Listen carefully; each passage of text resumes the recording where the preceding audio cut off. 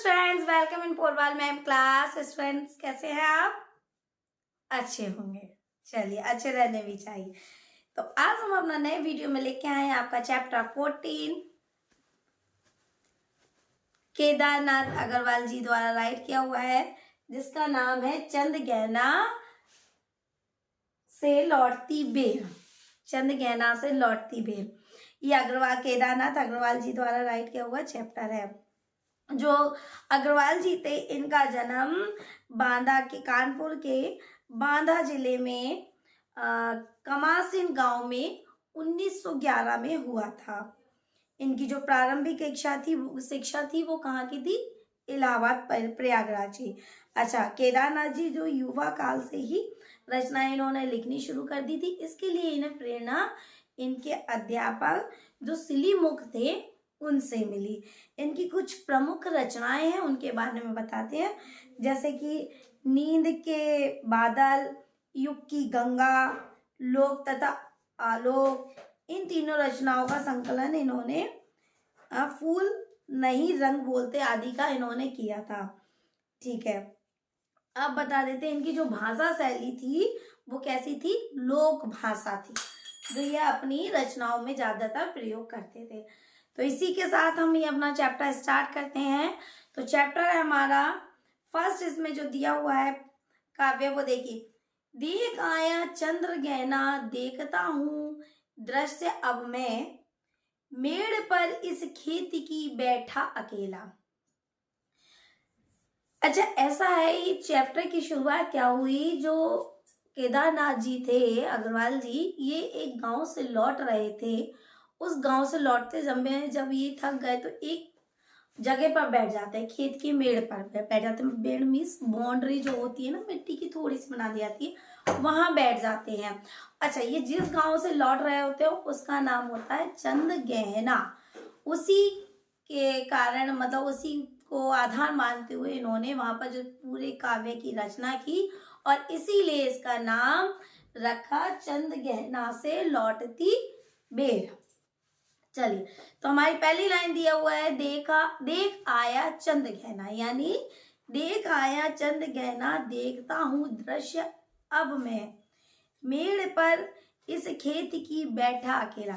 तो यहाँ पर इन्होंने जो दिया हुआ है कि चंद गहना से लौटती बेर कविता प्रस्तुत पंक्तियों में कवि केदारनाथ अग्रवाल जी ने गांव की सुंदरता, यानी वहां की जो हरियाली होती है, गांव का वातावरण तो वैसे भी बहुत सुंदर होता है, हरियाली होती है, हर चीज में शुद्धता होती है, चाहे वो हवा हो या खाने पीने की चीजें आदि, सभी उन सब का मनोरम उल्लेख यहाँ पर प्रस्तुत किया है। वे चंद गहना नामक गांव से, मतलब जिस गांव से मैंने अभी बताया कि वो जिस गांव से लौटते हैं उस गांव का नाम होता है चंद गहना। और तब से जब से वो वापस आ रहे थे तो उन्हें रास्ते में एक खेत दिखाई दिया। मतलब हम उस समय की बात है, तब तो मिलते थे। आज भी हम किसी जब दूर जाते हैं, दूर जगह पर जाते हैं तो रास्ते में बहुत से खेत मिलते हैं। तो मतलब ऐसे जब वहां से वो वापस लौट रहे थे तो उन्हें कुछ खेत दिखाई देते हैं। तभी उनकी ट्रेन को आने में, मतलब लौट रहे होते हैं तो उन्हें कुछ खेत दिखाई देते हैं, और जो उनकी लौटने की ट्रेन होती है, जिस ट्रेन से वो वापस अपने घर जा रहे होते हैं, जिस जगह जा रहे होते हैं, वहां उस वाली ट्रेन को आने में क्या होता है, कुछ समय बाकी होता है, यानी तो इसी कारण वह खेत की जो मेड़ होती है वहां पर बैठ जाते हैं और उसकी प्राकृतिक सुंदरता को निहारने लगते हैं। खेत मेड़ मैंने बताया ना, जैसे आपने देखा, जैसे बनी होती है तो मिट्टी की मेड़ सी बना देती है, बाउंड्री सी बना दी जाती है, बॉर्डर सा बना दिया जाता है, तो उसको ही बोलते हैं मेड़। तो पर बैठ जाती हैं और खेतों में उगी हुई फसलों तथा पेड़ पौधों को देखने लगते हैं। मतलब जो खेत जहाँ बैठते हैं वहां पर जो पेड़ पौधे लगी होती है, फसलें लगी होती हैं, उनको बहुत अच्छे से निहारते हैं।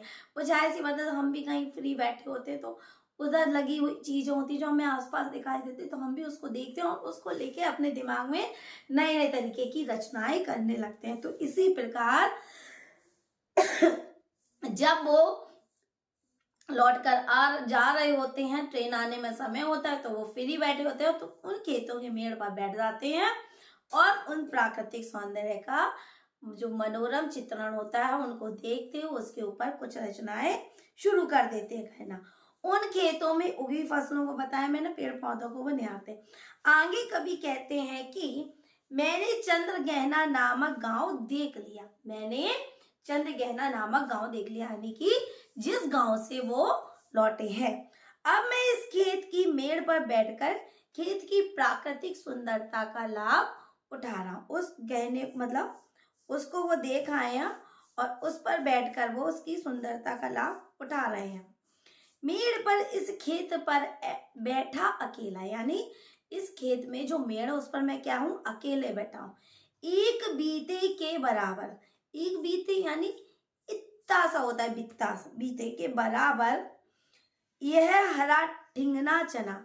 चने का साइज देखा है आपने, जो चना एक बित्ते के बराबर छोटा सा होता है चना, तो एक बित्ते के बराबर। अब उस खेत में जो वो देख रहे हैं और उन्होंने हर चीज को नए नए मतलब मान लिया जा काल्पनिक तरीके से, जैसे चना को उन्होंने कुछ और माना है, नए नए तरीके से उन सब चीजों को नाम दिए हैं, उसी के आधार पे ये कविता पूरी की हुई है। तो एक बित्ते के बराबर यानी छोटा सा होता है चने का, एक बित्ते के बराबर चना है ये छोटा ठिंगना चना, बांधे मुरेठी शीश पर। मुरेठी यानी कि जैसे आपने देखा होगा जैसे पगड़ियां होती हैं, पगड़ी होती है उसको ही मुरेठी बोलते हैं।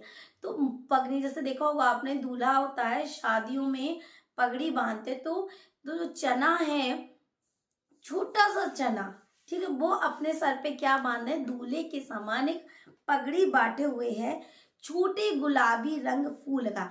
यानी कि जो चने का जब होता है, चने के ऊपर क्या निकलता है, सबसे पहले छोटा सा गुलाबी रंग का फूल जो निकलता है, तो वो लेकर वहां पे उसको क्या, उसने कल्पना की है कि जो ठिंगना सा जो चना है वो अपने सर पर क्या बांधे हुए, पगड़ी बांधे हुए है, सजकर खड़ा है। यानी जो चना एक दूल्हे की तरीके से तैयार खड़ा हुआ है अपने सर पर पगड़ी बांधे हुए।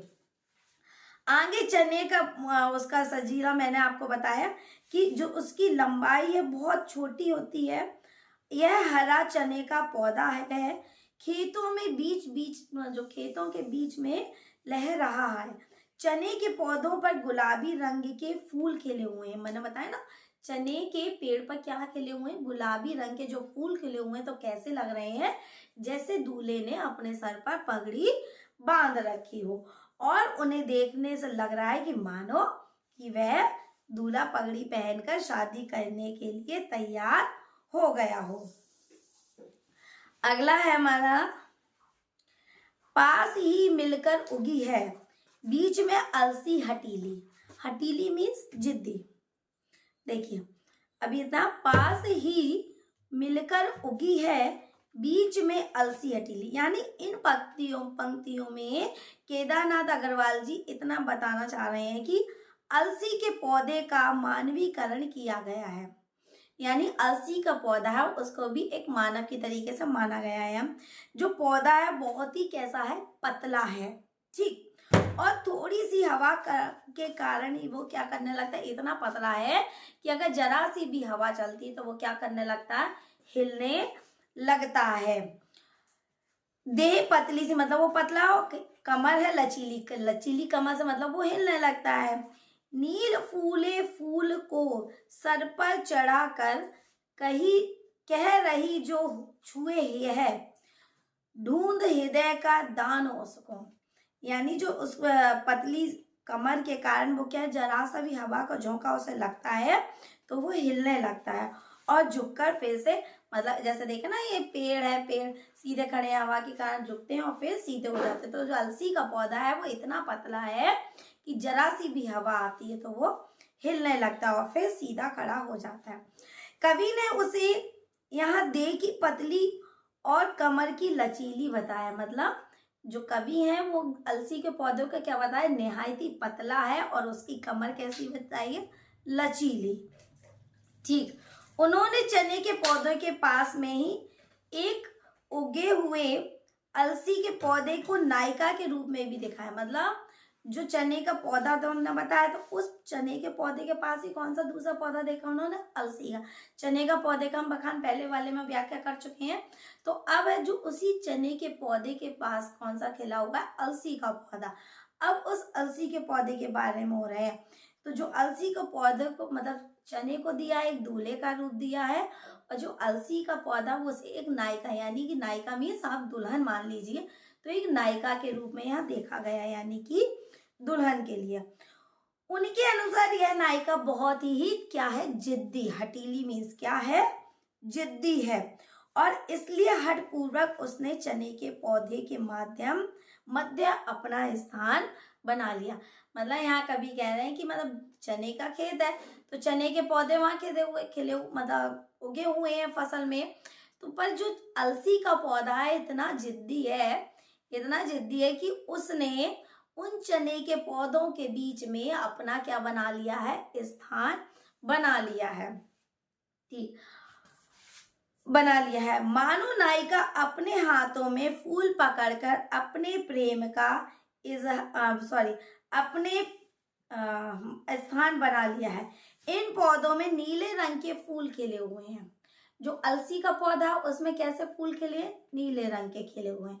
चने पर कैसे बताए थे? गुलाबी रंग के बताए थे, और अलसी के पौधे पर नीले रंग के फूल खिले हुए हैं, जो ऐसे प्रतीत हो रहे हैं मानो नायिका अपने हाथों में फूल पकड़कर अपने प्रेम का इजहार कर रही हो। मतलब जो अलसी का पौधा नीले रंग का फूल है, तो ऐसा मतलब जो कवि हैं केदारनाथ जी, उन्होंने कहा ऐसा प्रतीत हो रहा है जो नायिका है कि अपने मतलब हाथों में फूल को पकड़कर अपने प्रेम का इजहार कर रही हो, और उसके इस प्रेम को स्वीकार करेगा वो उस पर अपना प्रेम लुटाने के लिए खड़ी है, और जो उसका मतलब इस प्रेम को स्वीकार करेगा उस पर यह प्रेम लुटाने के लिए तैयार है। तो यहाँ 2 हो गए। तीसरा है हमारा, और सरसों की ना पूछो। मतलब चने का हो गया पहले में, दूसरे में अलसी का हो गया, अब दिया हुआ है सरसों का। तो सरसों के खेत तो हमने देखे हैं, पीले पीले होते हैं, सब एक साइज के होते हैं, लहराते हैं। ठीक, और सरसों की ना पूछो, हो गई सबसे सयानी, हाथ पीले कर लिए हैं ब्याह मंडप में पधारी, फाग गाता मास फागुन, आ गया है आज जैसे। तो इसमें क्या है, केदारनाथ जी अब सरसों के बारे में बोल रहे हैं। देखो, इन पंक्तियों में कवि ने प्राकृतिक सौंदर्य की तुलना विवाह के मंडप से की है। देखो, खेतों में चने और अलसी के पौधे अपने सौंदर्य का प्रदर्शन कर रहे हैं, ये तो उन्होंने अपने दोनों पदों में बता दिया। वहीं इन सब के बीच में सरसों की बात ही निराली है। कैसे निराली है? एक के गुलाबी फूल है, एक के नीले हो, ये क्या है? पीले हैं। तो मतलब अलसी और चने की बात में तो बात यहाँ पर उनका सौंदर्य प्रदर्शन यहाँ कर चुके हैं। अब है किसकी? सरसों की। तो सरसों की तो बात ही निराली है। सरसों के पौधे पूरी तरह से बढ़ चुके हैं और उन पर पीले रंग के फूल खिल चुके हैं। ये पीले रंग ऐसे लग रहे हैं जैसे ब्याह मंडप में पधारी। ब्याह मंडप यानी जो शादी का मंडप होता है, जहाँ शादी के कार्यक्रम किए जाते हैं, तो ऐसे लग रहा है ये पीले रंग के फूल सूर्य की किरणों में किसी नई दुल्हन के हाथों में ऐसे लग रहा हाथों की तरह चमक रहे हैं। जैसे कोई नई नवेली दुल्हन होती है तो उसके हाथ में जो हल्दी लगी होती है तो उसके चमकते हैं। तो ये पीली जो सरसों है बिल्कुल ऐसे लग रही है कि फूल सूर्य की रोशनी में किसी नई दुल्हन के चमकते हुए हाथ। सरसों की फसल पक चुकी है, मतलब जो मतलब ब्याह मंडप में पधारी, जो सरसों की फसल है वो पूरी तरीके से पक चुकी है। इसलिए कवि कहते हैं कन्या शादी के लायक हो चुकी है, यानी कि पक चुकी है, जैसे हम लोग में कहते हैं लड़कियां बड़ी हो गई, बच्चे बड़े हो गए, तो उनके होता है, तो ऐसी जब फसल पककर तैयार हो गई तो उसको क्या किया था, काटा जाता है। तो इसी तरीके से यहाँ बोला गया है जो सरसों की फसल है पककर तैयार हो चुकी है, यानी कि वह किसके योग्य हो गई है, कन्या किसके योग्य हुई है, शादी के योग्य हो चुकी है। फाग गाता मास फागुन का। अब जो फागुन का महीना होता है, यानी कि जिस महीने में हम होली मनाते हैं, तो उस महीने में क्या है, स्वयं फाग वह खुद गा रही है। फाग मतलब बसंत का जो महीना होता है फागुन का, आपने देखा होगा ना, ज्यादा सर्दी होती है ना गर्मी होती, लहर आ रही है, तो वो यानी अपना फाग खुद गा रही है उस फागुन के महीने में, यानी होली के समय आ गया आज जैसे। तो ऐसे लग रहा है जैसे होली मतलब जो फाग का महीना आ गया हो। अगला है, देखता हूं मैं स्वयंवर हो रहा है, प्रकृति का अनुराग अंचल दिख रहा हिल रहा है, इस विजन में दूर व्यापारिक नगर से प्रेम की प्रिय भूमि उपजाऊ अधिक। यानी कि इस पंक्ति में लेखक कह रहा है देखता हूं मैं, यानी प्राकृतिक सुंदरता इफ शहरे की तुलना है यहाँ पर की गई है, देखता हूं मैं, ठीक है। स्वयंवर हो रहा है, कहते हैं कि शहर में रह रहे लोगों के पास इतना वक्त नहीं होता, इसलिए बोलना यहाँ पर क्या है, शहर की तुलना गांव से की गई, क्योंकि जो शहर में लोग होते हैं उनके पास पहली बात तो वक्त नहीं होता, दूसरा उन्हें ऐसे नज़ारे देखने को कम मिलते हैं, क्योंकि जो शहरी जीवन है अत्यधिक व्यस्त है, वहाँ पर लोग इतना बिजी रहते हैं कि उन्हें इन चीज़ों का के लिए टाइम ही नहीं है, तो वो इनका लाभ ही नहीं उठा पाते, इन प्राकृतिक सौंदर्यों का लाभ ही नहीं उठा पाते। वे निरंतर होते निर्माण के कारण शहर में हर जगह क्या होता जा रहा है, सिर्फ कंक्रीट की इमारतें दिखाई देती हैं, इसलिए उनके मन में प्रेम का भाव बाहर नहीं आ पाता। मतलब जो शहरी लोग हैं वो इन चीज़ों से क्या रह जाते हैं, वंचित, और उनके अंदर प्रेम का भाव नहीं आ पाता, और शहरी लोग स्वार्थी होते जा रहे हैं, जबकि दूसरी ओर कवि को गांव के प्राकृतिक वातावरण में अनुभव शांति मिल रही। तो चलिए यहाँ पर देखते हैं, कवि कहते हैं कि देखता हूँ स्वयंवर हो रहा है, कवि कहते हैं कि मैं चारों तरफ स्थान होने के बावजूद भी, मतलब चारों तरफ जगह होने के बावजूद भी खेतों में इतना प्राकृतिक सौंदर्य भरा हुआ है, स्वयंवर हो रहा है, ऐसा लग रहा है कि मानो यहाँ कोई स्वयंवर हो रहा हो। चारों तरफ इतनी जगह होने के कारण उन्हें ऐसा लग रहा है जैसे कोई स्वयंवर हो रहा हो। प्रकृति का अनुराग अंचल हिल रहा है, प्रकृति का यानी सभी सज धज कर खड़े हैं, और मंडप भी सजा हुआ है, मतलब सारी फसलें क्या हैं, एकदम पक चुकी हैं, सज धज कर खड़ी हुई हैं, और मंडप भी क्या है, तैयार हो चुकी है। इस विजन में तो कन्या सजकर अपने हाथों में फूलों की माला लेकर दूल्हे का चुनाव करे। स्वयंवर का मतलब क्या होता है, जो कन्या होती है वो अपने लिए वर स्वयं चुनती है, तो यहाँ पर जो दुल्हन है या बोला जाए कन्या है, अपने वर का स्वयं चयन करने के लिए तैयार खड़ी हुई है। दूर व्यापारिक नगर से प्रेम की प्रिय भूमि उपजाऊ अधिक। तो यहाँ यही बताया जैसे दूर जैसे व्यापारिक नगर, व्यापारिक नगर से मतलब यहाँ पर शहरों से दिया हुआ है, ठीक है। तो सरसों एवं अलसी, यहाँ लड़की जो है सरसों एवं अलसी के पौधों से संबोधित है। लड़की किसको बोला गया है, अलसी और सरसों के पौधों को बोला गया है, जबकि दूल्हे से यहाँ पर संबंध किसका दिया गया है, चने का। यहाँ दूल्हा किसको बताया गया है, चने को बताया गया।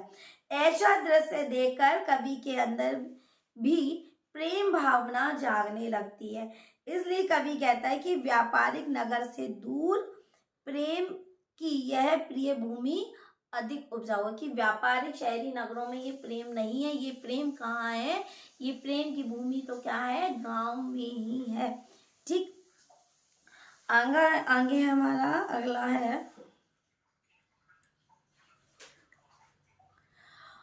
और पैरों के तले, है एक पोखर, पोखर मीन्स तालाब, ठीक।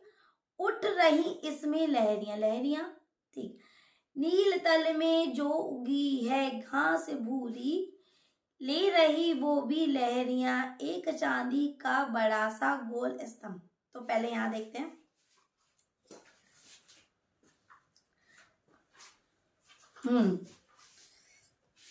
दूसरी इसमें जो दिया हुआ है इन्होंने, और पैरों की तले,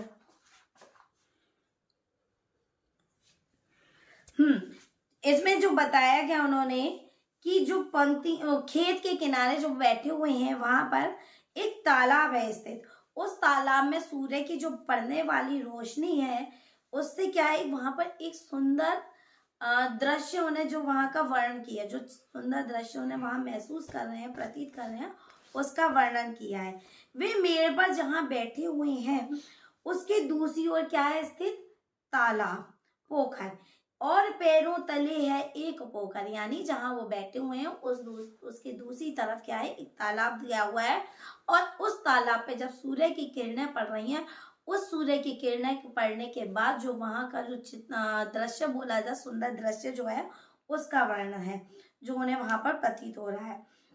तो इससे तालाब के जल में हवा के साथ लहरें उठ रही हैं, यानी जब जब तालाब के जो जल है ठहरा हुआ होता है, जब पर वहां पर जब हवा चलती है तो उसके पानी में जो लहरें उठती हैं तो वो कैसी लग रही हैं, बड़ी अच्छी लग रही है उन्हें।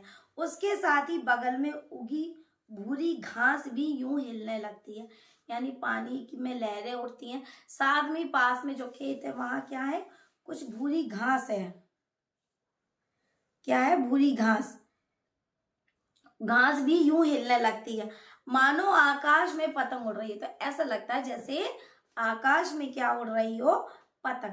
जब तालाब के जल में सूर्य की किरणें पड़ती हैं, यानी जब आकाश के जल में ठहरे हुए जल होता है तालाब का, तो सूर्य की किरणें पड़ती हैं तो उसका प्रतिबिंब, प्रतिबिंब मीन्स परछाई, ठीक है, उसका प्रतिबिंब यानी कि परछाई, एक चांदी का बड़ा गोल खंबा, एक चांदी का बड़ा गोल खंबा, आंख है चकमकाता, चकमकाता, ठीक है कोई पत्थर किनारे, पी रहे चुप पानी प्यास के। तो यहाँ पर दिया हुआ है, तो जो ऐसे लगता है मानो आकाश में पतंगे उड़ रही हूँ। और जब तालाब के जल में सूर्य की किरणें पड़ती हैं तो उसका प्रतिबिंब दिखाई देता है, तो ऐसे लगता है कि जल एक चांदी के खंबे की तरह दिखाई दे रहा हो। कि जल कैसा लग रहा है, चांदी, मतलब सूर्य की किरणें जब उस पर पड़ रही हैं तो ऐसा लगता है कि वो क्या है, एक चांदी का खंबा, ठीक है, जो कवि की आंखों में निरंतर चमक रहा है और लेखक उसकी ओर देखने में मुश्किल हो रहा है, क्योंकि रिफ्लेक्शन यानी जो आंख में जो पानी में जब किरणें दिखती हैं तो उसकी चमक क्या है, उसकी लेखक की आंखों में पड़ रही, जिससे उसकी ओर देखने में लेखक को क्या हो रही है, कठिनाई हो रही। दूसरी तरफ तालाब के किनारे क्या पड़े हुए हैं, पत्थर पड़े हुए हैं, नदियों के पास जैसे पड़े होते हैं। तो जब जब तालाब में लहरें उठती हैं तब तब तालाब का जो जल है आकर पत्थरों को भिगो देता है। मतलब जब लहरें उठती हैं तो जो लहरें हैं अपना जो उनका मेन बॉर्डर होता है उसको क्रॉस करके बाहर आ जाती हैं, और जो तालाब के किनारे पे जो पत्थर पड़े होते हैं उन पत्थरों को भी गीला कर देती हैं। तो मानो पत्थर चुपचाप से पानी पी लेते हैं, मतलब जब वो लहरें बाहर आती हैं तो वो पत्थर उसमें भीग जाते हैं, और ऐसे लगता है जैसे जो वो पत्थर पड़े हुए हैं कितने हैं, प्यासे हैं, और वो शांति से वो पानी को पी जाते हैं। परंतु अभी तक उसकी प्यास नहीं बुझी है। यहाँ पर किसकी, उनकी प्यास नहीं बुझी है, किसकी, उन पत्थरों से हो रहा है, और पता नहीं कब इनकी प्यास बुझेगी। इस तरह कवि ने इन पंक्तियों में प्रकृति का बड़ा ही सुंदर मानवीकरण किया हुआ है। तो आज का चैप्टर जो हमारा यहाँ था ये फिनिश करते हैं।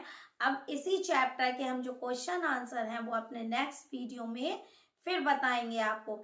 ओके स्टूडेंट, अगले वीडियो में नए चैप्टर के साथ मिलेंगे। Like and subscribe plus comment जरूर करते रहिए। Okay students, take care.